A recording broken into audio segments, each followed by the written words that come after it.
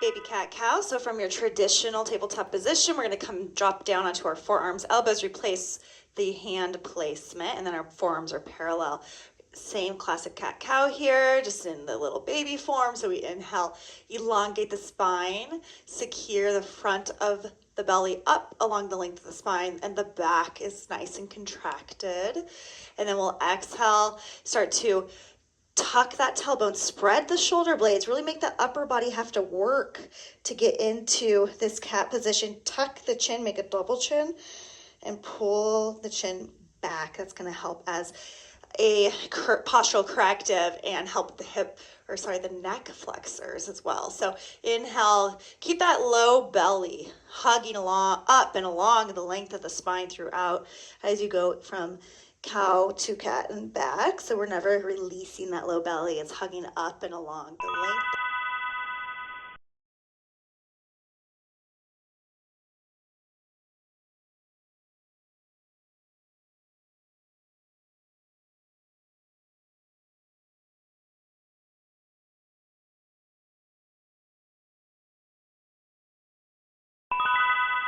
Block bicycle. So I've lifted up my chest. My shoulders are off the ground. My forearms are against the block, and the block is against my quads. My knees are over my hips. The front abs are weaving together. No bulging, no sticking out. Nice and taut. And then we're going to extend one leg, releasing it from the block, replace, and then the other. So our bicycle legs, upper body remains the same. And then we just work to hold that block in place between the forearms and the quads. Keep the pelvis nice and centered. Keep that core nice and strong, no bulging out. Weave the front abs together. Keep pressing the forearms into the block, right at that position where the knees land above the hips. And keep breathing.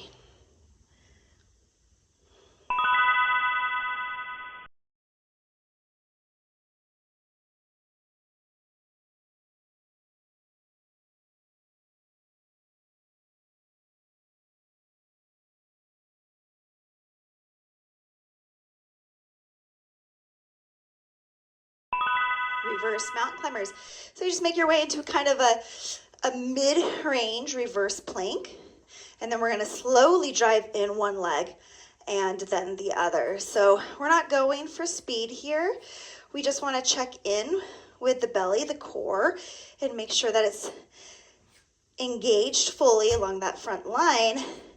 And then we also have the back side of the core working on the back side to keep us lifted in this reverse plank position. So both sides of the core hugging together like two hoagie rolls. Keep the contents of the sandwich secure.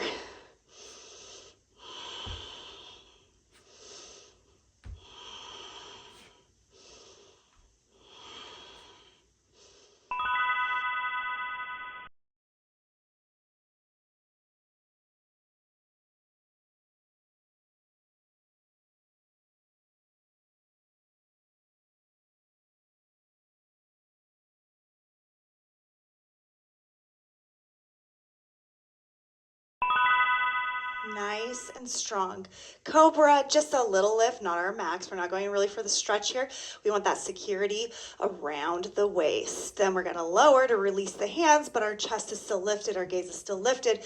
Pull the heels in towards your body. Reach back towards our heels. We're just reaching towards one another, not connecting. And then the tops of the feet go down. You press the hips, tops of the feet into the ground, along with the hands underneath the shoulders. Just a little lift into Cobra. Release enough to release the hands. Again, reach the heels towards the hands towards the heels. Then replace the feet, replace the hands, and a nice secure little lift into Cobra. Feel the length on that front line of the body, even through the hip flexors, all the way from the quads on up to the chest, and then release down. So we're not trying to see how far we can lift up and bend into Cobra. We really just want to find this length here.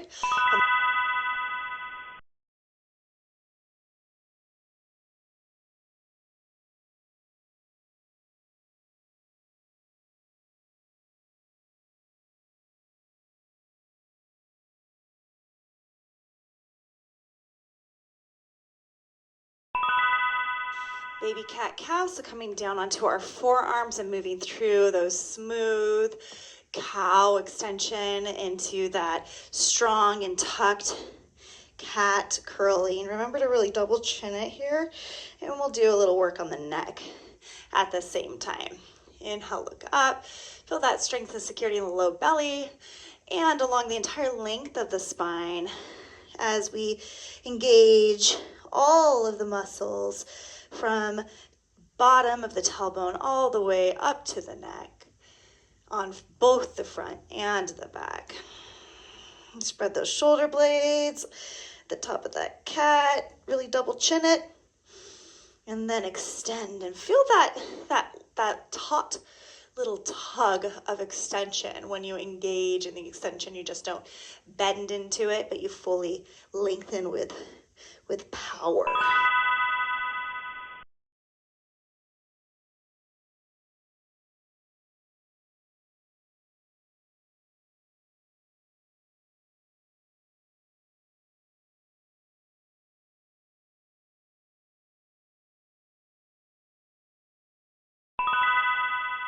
All right, our block bike. Now, if it's too much to hold the chest up, then just lower your shoulder blades and your shoulders in the back of the head to the mat below you. And this is actually a great place to be, maybe even a more appropriate place to be for our healing series. And remember that the healing series pairs perfectly as a warm-up for the building series. And you'll get more out of the building series by picking one healing day to do as your warm-up. It'll just get your muscles and your bones and your structural components all dialed and ready to build upon. And that's kind of the idea. We start with foundation and we build upon it.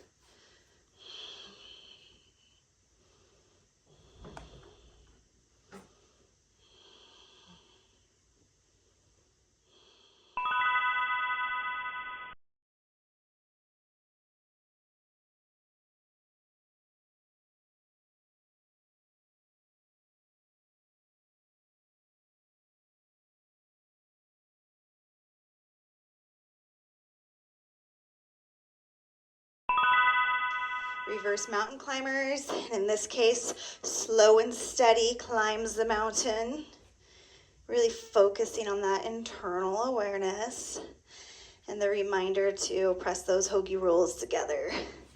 Every time we come back into that neutral plank, reverse plank position, knee drive, replace, knee drive, and replace.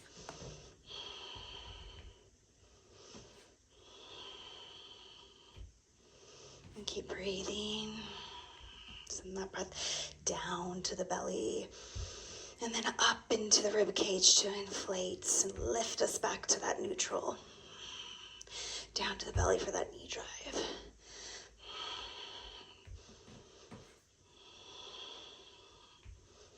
Almost there.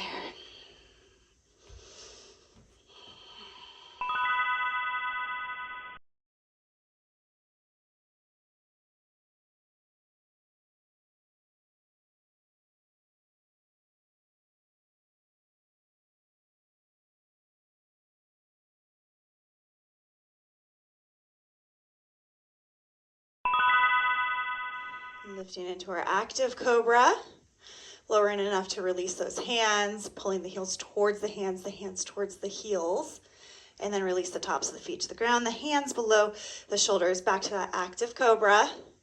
Feel that strength and the length, and then lift, reaching towards one another, heels to hands, and really lifting that chest, working the back in the bow, in our active bow.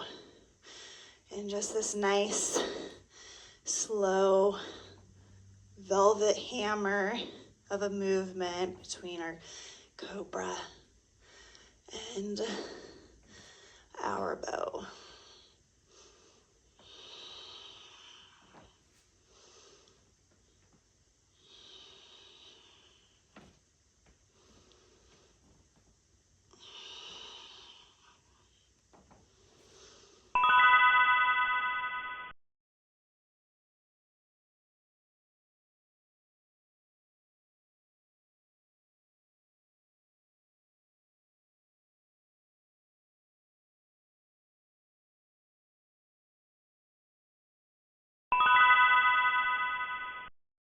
baby cat-cow and those forearms, and then just extending through that cow position.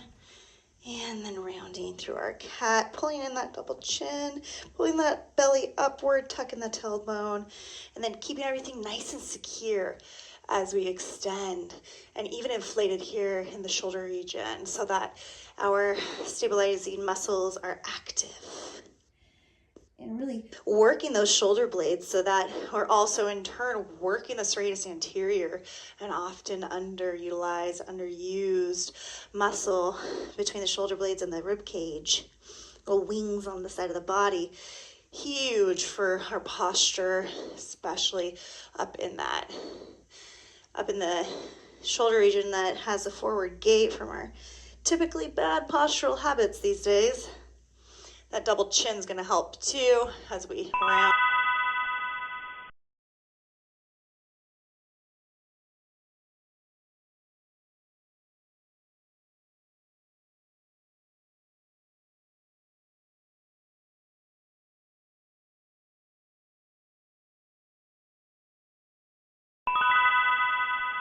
Block a bicycle. So maybe you've got the shoulders and the chest lifted, but you also are welcome to keep them grounded. And honestly, it might be more beneficial. It really depends on where you're at. But if you're struggling to hold the position of the core without it bulging out, if you're having a hard time weaving the front abs together and cinching all the way around the waist, if it's really jutting out and it's hard for you to maintain and control the breath, then stay grounded. But if you're ready for just a little addition, then you can lift the shoulders up, lift the head up, and then still focus on keeping that pelvis square and the core really secure and engaged.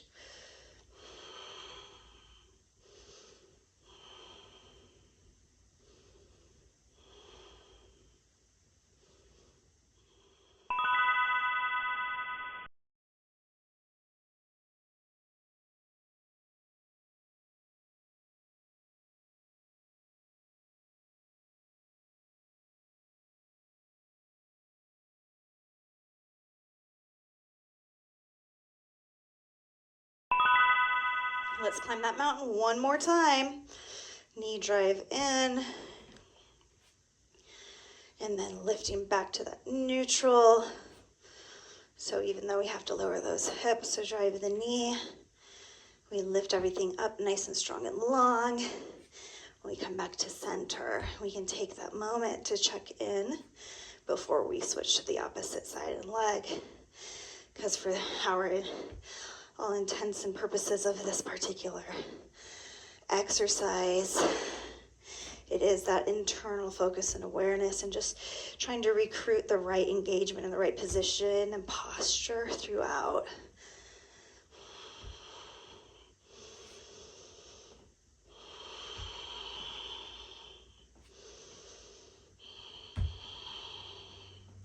Don't underestimate the importance of the breath here to continue and finalize and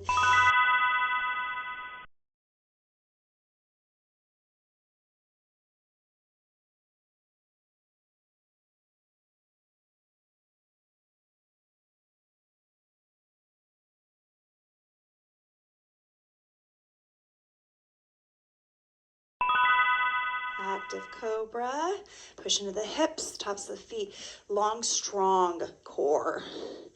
Back is contracting. Release the hands, pull the heels towards the hands towards the heels. Again, that shortening on the back side. The back is working hard. The lengthening on the front is due in part to that shortening on the back. So they work together. It's a very reciprocal but antagonistic sort of action.